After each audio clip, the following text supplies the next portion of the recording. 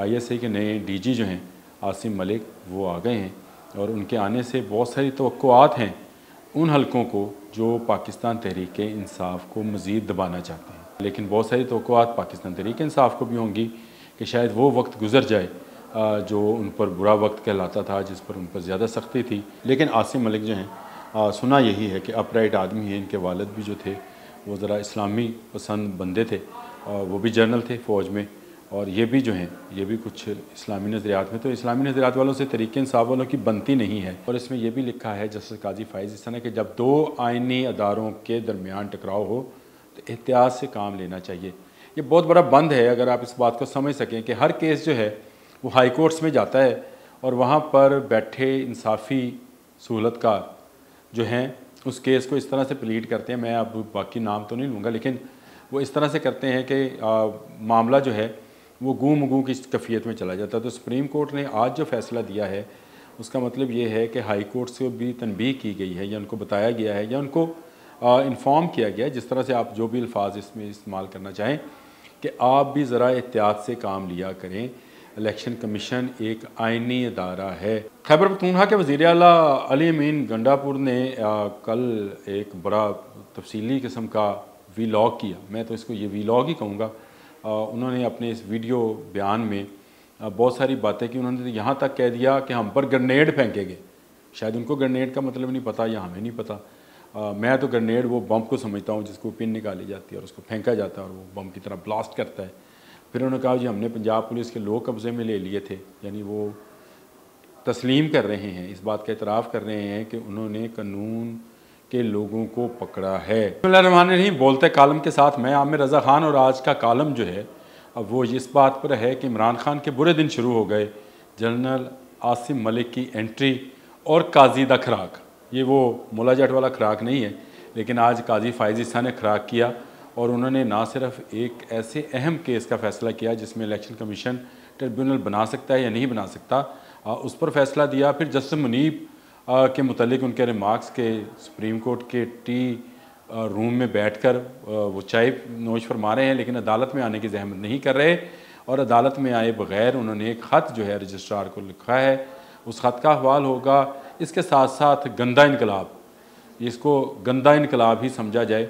गंडापुरी शहद के बाद ये गंदा इनकलाब क्या है, इस पर बात करेंगे। ये मेरे आज के बोलते कालम में उन्वानात हैं। तो सबसे पहले आज जो अहम फ़ैसला आया वो ये है कि इमरान खान की ज़मानत जो है उसको मनसूख कर दिया गया। यह तोशाखाना 2 केस था जिसमें जो प्रोसिक्यूशन था उसने ये इल्ज़ाम आयद किया था कि 7 करोड़ मालियत के हीरे जो सऊदी अरब से बलगारी सेट के तौर पे मिले थे, जिसमें अंगूठी, नेकलेस, बाकी चीज़ें खतून अव्वल को, इसको तोशाखाना में जमा कराए बग़ैर बेच दिया गया और सिर्फ 58 लाख रुपए का जो है बिल वो बनाया गया, जिसका 29 लाख रुपए जमा कराया गया कि ये 58 लाख रुपए मालियत के, लेकिन इनकी ओरिजिनल या पूरी मालियत जो थी वो 7 करोड़ रुपए थी। ये बहुत अहम केस था और इस पर जो जज हैं अर्जुमंद, जिन्होंने, आपको याद होगा कि इद्दत वाला केस जो है, इद्दत, मुद्दत, शिद्दत एक जैसे अल्फाज हैं, उस वाला जो केस है उसकी भी उन्होंने ही सुनवाई की थी और आज उन्होंने अडियाला जेल के अंदर इस केस को सुना। प्रोसिक्यूशन ने अपने इल्ज़ामात को दोहराया। उन्होंने बताया कि किस तरह से जो सेक्रेटरी तोशाखाना है उनके ज़रिए से इसकी जेली रसीदें बनाई गई, इसको जमा नहीं कराया गया, अपने पास ही रखा गया और फिर उस पर जो है उसको बेच खाया गया। यानी वो 7 करोड़ रुपए मालियत के हीरे जो हैं बलगारी सेट के, बलगारी कोई कंपनी है, उस सेट के उसको जो है उन्होंने बेच दिया। तो ये आज उसकी ज़मानत मनसूख हो गई। दोनों मियाँ बीवी की, यानी बंटी और बबली दोनों की, सॉरी इमरान खान और बुशरा बीबी, बंटी बबली तो ऐसे जहन में आ गया, वो एक फ़िल्म थी बंटी बबली जिसमें अमिताभ बच्चन की बहू और बेटा जो हैं, अभिषेक बच्चन शायद नाम है और ऐश्वर्या राय नाम है, वो उन्होंने बंटी और बबली वो दोनों फ्राडिये से बने होते हैं। तो मेरे जहन में ऐसे ही उससे आ गया, कोई इसका इस केस से कोई लेना देना नहीं है। आसिम मलिक साहब ने आज चार्ज संभाल लिया। ये बड़ी ख़बर है कि ISI के नए DG जो हैं आसिम मलिक वो आ गए हैं और उनके आने से बहुत सारी तवक्कुआत हैं उन हलकों को जो पाकिस्तान तहरीक इंसाफ को मज़ीद दबाना चाहते हैं। लेकिन बहुत सारी तवक्कुआत पाकिस्तान तहरीक इंसाफ को भी होंगी कि शायद वो वक्त गुजर जाए जो उन पर बुरा वक्त कहलाता था, जिस पर उन पर ज़्यादा सख्ती थी, उस पर हो जाए, शायद उन पर कुछ जो है नरमी आ जाए। लेकिन आसिम मलिक जो हैं, सुना यही है कि अपराइट आदमी हैं। इनके वालिद भी जो थे वो ज़रा इस्लामी पसंद बंदे थे, और वो भी जनरल थे फ़ौज में, और ये भी जो हैं ये भी कुछ इस्लामी नज़रियात में, तो इस्लामी नज़रियात वालों से तहरीक इंसाफ वालों की बनती नहीं है। गो आजकल मौलाना फजलुर रहमान से बन रही है, क्योंकि उनसे प्यार की पींगे जो हैं वो बढ़ा रहे हैं। और उस पर आज फ़ोन भी किया है PTI वालों ने मौलाना फजलुर रहमान को अगले 5 साल के लिए जो अमीर मुंतखब हैं जमीयत उलमा पाकिस्तान के, उसके अमीर बनने पर उनको मुबारकबाद दी है। अब आ जाते हैं उस खुराक की तरफ, जो खुराक जस्टिस काजी फ़ाइज़ ईसा ने किया था। ये वो इलेक्शन कमीशन का केस था जिसको लार्जर बेंच ने समाअत की थी। 5 रुकनी लार्जर बेंच ने लाहौर हाई कोर्ट के एक फ़ैसले पर इसकी समाअत की थी। 24 सितंबर को इसका फ़ैसला जो था महफूज किया गया था। अगर आप मुझे इजाज़त दें तो मैं चीफ़ जस्टिस की सरबराही में बनने वाले इस बेंच के बाकी जजेस का भी नाम ले दूँ, क्योंकि ये मुतफ़िका फ़ैसला आया है। गो एक अजाफ़ी नोट भी है, लेकिन इसके साथ साथ ये सिर्फ ये था। इस पूरे बेंच के अंदर justice Jamal Mandokhel, justice Naeem Akhtar Afghan, justice Aqeel Abbasi शामिल थे। और इन्होंने जो अपना लिखा है फ़ैसला, उसमें उन्होंने इलेक्शन कमीशन का हक़ जो है उसको तस्लीम किया है। और इसमें यह भी लिखा है जस्टिस काजी फ़ाइज़ ईसा ने कि जब 2 आइनी अदारों के दरमियान टकराव हो तो एहतियात से काम लेना चाहिए। ये बहुत बड़ा बंद है, अगर आप इस बात को समझ सकें कि हर केस जो है वो हाई कोर्ट्स में जाता है, और वहाँ पर बैठे इंसाफ़ी सहूलतकार जो हैं उस केस को इस तरह से प्लीड करते हैं। मैं अब बाकी नाम तो नहीं लूँगा, लेकिन वो इस तरह से करते हैं कि मामला जो है वो गूम गूँ की कैफियत में चला जाता है। तो सुप्रीम कोर्ट ने आज जो फ़ैसला दिया है उसका मतलब ये है कि हाई कोर्ट से भी तनबीह की गई है, या उनको बताया गया है, या उनको इन्फॉर्म किया गया है, जिस तरह से आप जो भी अल्फाज इसमें इस्तेमाल करना चाहें, कि आप भी ज़रा एहतियात से काम लिया करें। इलेक्शन कमीशन एक आइनी अदारा है, ये बहुत बड़ा हक़ है जो तस्लीम किया गया है लार्जर बेंच की जानिब से। और इलेक्शन कमीशन अब जो इलेक्शन ट्रिब्यूनल बनेंगे उसमें किसको होना चाहिए, किसको नहीं होना चाहिए, उसका फ़ैसला कर सकेंगे। दूसरा, इस फ़ैसले में यह भी लिखा है कि अगर Lahore high court chief justice और चीफ़ इलेक्शन कमिश्नर की मुलाकात को मद्देनज़र रखते तो शायद ये फ़ैसला ना देते। अब इस बात को ज़रा समझे, ये बड़ी गहरी बात थी कि चीफ़ इलेक्शन कमिश्नर जो हैं उन्होंने chief justice Lahore high court से मुलाकात में, चीफ़ जस्टिस ऑफ पाकिस्तान से मुलाकात में ये तय किया होगा कि इलेक्शन ट्रिब्यूनल को किस तरह से बनाया जाना है। आइन के तहत ये इलेक्शन कमीशन का काम है। आज उसको दोबारा सौंप दिया गया है। अब जितनी हेयरिंग्स होंगी वो इलेक्शन कमीशन के मुकर्रर करदा जजेस के ज़रिए से होंगी, और इलेक्शन ट्रिब्यूनल में जितने केसेस हैं मेरा ख्याल है उनका तेज़ी के साथ जो है वो सफ़र शुरू हो सकेगा। अब आ जाए गंडापुरी शहद और गंडापुरी शहद की इकसाम पर और गंदे इनकलाब पर। खैबर पख्तूनख्वा के वज़ीर आला अली अमीन गंडापुर ने कल एक बड़ा तफसीली किस्म का वीलॉग किया। मैं तो इसको ये वीलॉग ही कहूँगा। उन्होंने अपने इस वीडियो बयान में बहुत सारी बातें की। उन्होंने यहाँ तक कह दिया कि हम पर ग्रेनेड फेंकेंगे। शायद उनको ग्रेनेड का मतलब नहीं पता, या हमें नहीं पता। मैं तो ग्रेनेड वो बम को समझता हूँ जिसको पिन निकाली जाती है और उसको फेंका जाता है और वो बम की तरह ब्लास्ट करता है।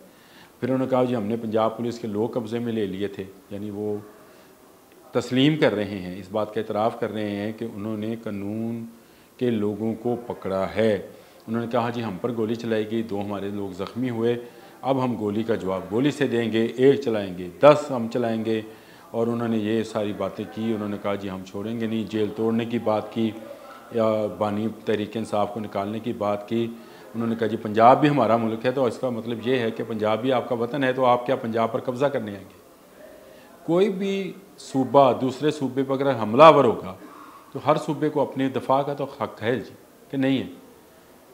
अगर वो वज़ीर आला बनकर आएंगे तो उनको मेरे ख्याल फूलों के हार पहनाए जाएंगे, लेकिन ये तवक्को ना रखें कि अगर वो गोली चलाने के लिए आएंगे तो आगे से उनको फूलों के हार पहनाए जाएंगे। जो सामने वाले हैं वो अपनी हिफाजत करना जानते हैं, और पंजाब के लोग जो हैं वो सबको वेलकम करते हैं। बाकी सूबों वाला मामला नहीं है, लेकिन अगर आप उस पर हमलावर होंगे तो वो ज़रूर आपको उसका जवाब देंगे, और आपको जवाब मिलना भी चाहिए। इस बात का तो नोटिस जो है हमारे सिक्योरिटी इदारों को भी लेना चाहिए कि किस तरह से एक वज़ीर आला इस हद तक जा सकता है कि वो दूसरे सूबे पर हमला करने, जेल तोड़ने और इस तरह की बातें, गोली चलाने की बात कर सकता है। अगर आप आए थे, आप वज़ीर आला के तौर पे आए थे और आपको रोका गया है तो ज़रूर, लेकिन अगर आप यहाँ पर जलाओ घराव के लिए आए थे, अगर आप यहाँ पर जत्थों की सूरत में आए थे, तो आपको रोकना पंजाब हुकूमत का, सिक्योरिटी इदारों का, बॉर्डर सिक्योरिटी फोर्सेस का, उनका फ़र्ज़ अवलीन है, क्योंकि हम मुल्क तोड़ना नहीं चाहते, मुल्क जोड़ना चाहते हैं। और आपने इससे पहले अफ़गानिस्तान के साथ मुज़ाकरात की बात की थी, और मेरा ख़्याल है कि जो गंडापुरी शहद है उसकी ज़्यादती जो है वो हो जाती है कभी कभी। शहद ज़्यादा नहीं इस्तेमाल करना चाहिए। अब आप पूछेंगे कि शहद में की इकसाम कौन कौन सी हैं, तो वो मुख्तलिफ़ शहद होते हैं जी, कोई ब्लैक लेबल, कोई ब्लू लेबल, कोई ग्रीन लेबल, कोई येलो लेबल। अब मुझे नहीं पता कौन सा शहद वो इस्तेमाल करते हैं, लेकिन उसकी ज़्यादती नज़र आती है उनकी बातों से। इनकलाब अगर आपने लाना होता तो बुरहान से वापस ना जाते। इनकलाबी लोग जो होते हैं वो इस तरह के नारे नहीं लगाते, इनकलाब लाते हैं। आपका ये नारे शायद उस कौम के लिए जिसको हम कौमी यूथ कहते हैं, उसके लिए शायद बहुत ही अच्छे नारे हों, या वो समझते हों कि बहुत अच्छे नारे हैं। एक ट्रक की बत्ती है, कभी आप उसको किसी और एंगल से देते हैं, कभी आपने इनकलाब का नाम दे दिया, इससे पहले इस्लामिक टच दिया करते थे। तो ये चीज़ें जो हैं ये अब आहिस्ता आहिस्ता पुरानी होती चली जा रही हैं। इनकलाब नहीं आएगा, सियासी जद्दोजहद आपका हक़ है। अगर आप सियासी जद्दोजहद करना चाहते हैं तो ज़रूर करें, असम्बलियों में आवाज़ उठाएँ। आप एक सूबे के वज़ीर आला हैं, अपनी अवाम को इतना खुश करें कि पंजाब के अवाम ये चाहें कि गंडापुर उनका नहीं हमारा वज़ीर आला हो। लेकिन जब आप कारकर्दगी के बजाय बस पर जॉगर पहन कर लेट कर अपनी तस्वीरें बनवाएंगे, तो पंजाब की अवाम जो है आप पर हंसेंगे, आप पर रश्क नहीं करेंगे। हम चाहते हैं कि आप भी खैबर पख्तूनख्वा को यूरोप अमेरिका तो ना बनाएं, पंजाब जैसा ही बना लें। उसके हॉस्पिटल्स को, उसके स्कूल्स को, उसकी रोड्स को उसी तरह से बनवा लें।